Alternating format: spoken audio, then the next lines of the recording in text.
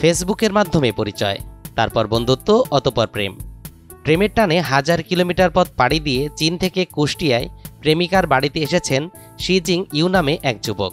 রোববার সকালে কুষ্টিয়া সদর উপজেলার খাজানগরে প্রেমিকা বৃষ্টির বাড়িতে আসেন তিনি।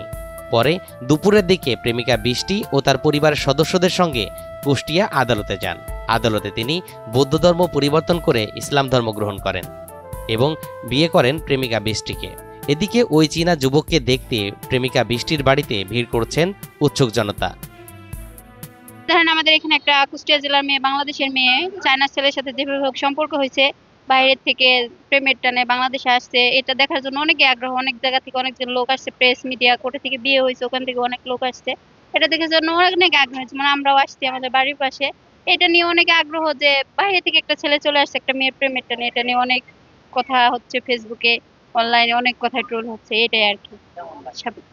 অনেক অস্বাভাবিক একটা ভালো একটা লাগতেছে যে এরকম একটা ঘটনা বাংলাদেশে কিন্তু প্রেম করলেও কিন্তু অনেক সময় সাকসেস হয় না। চায়না থেকে চলে আসছে একটা প্রেমের টানে, অস্বাভাবিক। বিদেশি জামাই দেখতে আইছি, ঘুমাইছি জামাই।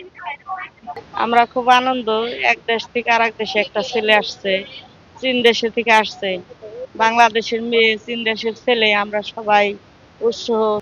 বাংলাদেশের মেয়ে বিয়ে করছে, এই জন্য আমরা জামাই দেখার জন্য আসছি। কেমন লাগছে? না, ভালোই লাগছে, আমরাও বাহির দেশে ছিলাম তো এই জন্য দেখতে আসলাম। প্রেমের সম্পর্কে হয়তো টানে চলে আসছে। বিভিন্ন জায়গায় আমরা দেখে থাকি, এরকম হচ্ছে এখন অহরহ দেখা যাচ্ছে। এটা কোনো বিষয় না। ভালোবাসা এমন একটা জিনিস যে সেটা কোনো ধর্ম জাতি কোনো কিছুই মানে না।